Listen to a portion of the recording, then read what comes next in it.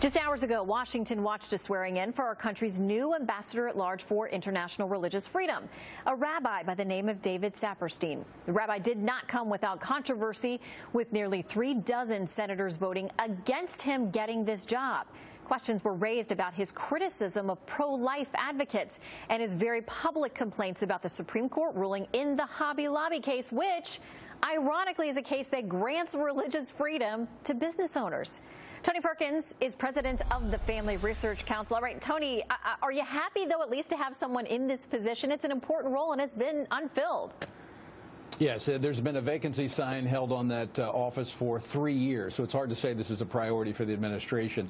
So we pray for his success. I pray that he's not used as a scapegoat by this administration to continue to ignore the persecution of Christians abroad. But you cannot separate his truncated view of religious freedom that he holds here on domestic policy, shared by the president, this view that we have the freedom of worship versus the freedom of religion.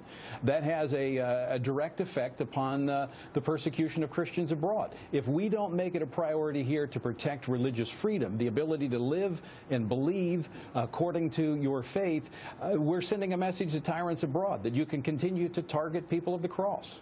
And just a quick recap for folks.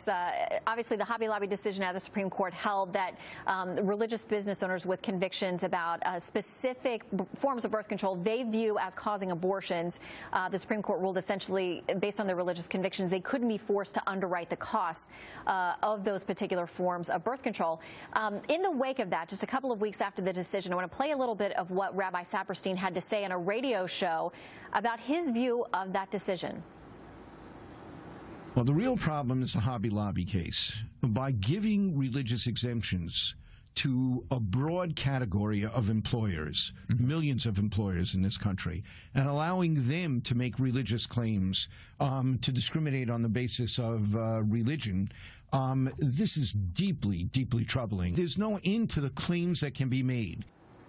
Okay, Tony, so the new ambassador at large for international religious freedom is deeply troubled by the Hobby Lobby decision granting religious freedom here in the U.S. Which even the Supreme Court ruled in favor of, 5-4, that business owners have a right to operate their business according to their faith and not be forced to underwrite drugs that can induce an abortion. This is troubling. Again, this would suggest that he shares the president's view of the freedom of worship versus the freedom of religion, the ability to live your life according to your faith. And again, that's troubling because that shows that he has a limited view of what religious freedom means abroad. And we're at a point in time where religious persecution is reaching epidemic.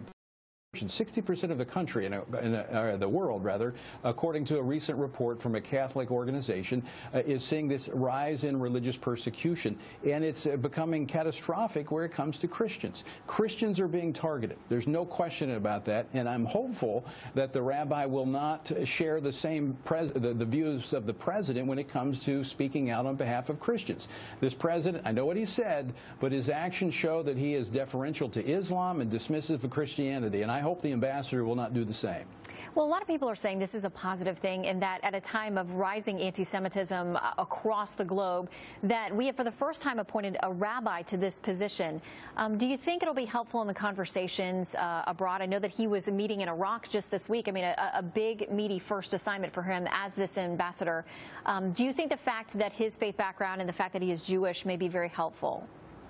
Shannon, I think that is the one positive aspect of this, that we have identified and selected as our ambassador a rabbi. When you see this rise of this anti-Jewish sentiment across Europe and around the world, that we say, hey, no, America, we stand with the Jewish faith. I'm hopeful that this could even lead to America and foreign policy being stronger in terms of its support of Israel, because they are a natural ally for us. Well, and I know that there's another position that there's a lot of concern that it's not filled, which is a special envoy for religious freedom there in the Middle East. Do you think one is forthcoming? Well, again, this office sat vacant for 3 years. There's no way you can say that this administration has placed a priority on religious freedom and the protection of religious minorities abroad. It's not just Christians, it's other religious minorities that are being persecuted. And as a result of what we're seeing in the Middle East and elsewhere, Congress moved to get a special envoy created. And again, that office has remained vacant as well. The proof is in the pudding. This president has done very little to protect religious freedom both here at home and abroad. Well, we hope the ambassador will be a strong voice for those, as you said, a number of religious minorities across the spectrum who are being persecuted and in some cases really subjected to genocide at this point. Tony Perkins, great to see you. Thank you. Thanks, Shannon. Good to be with you.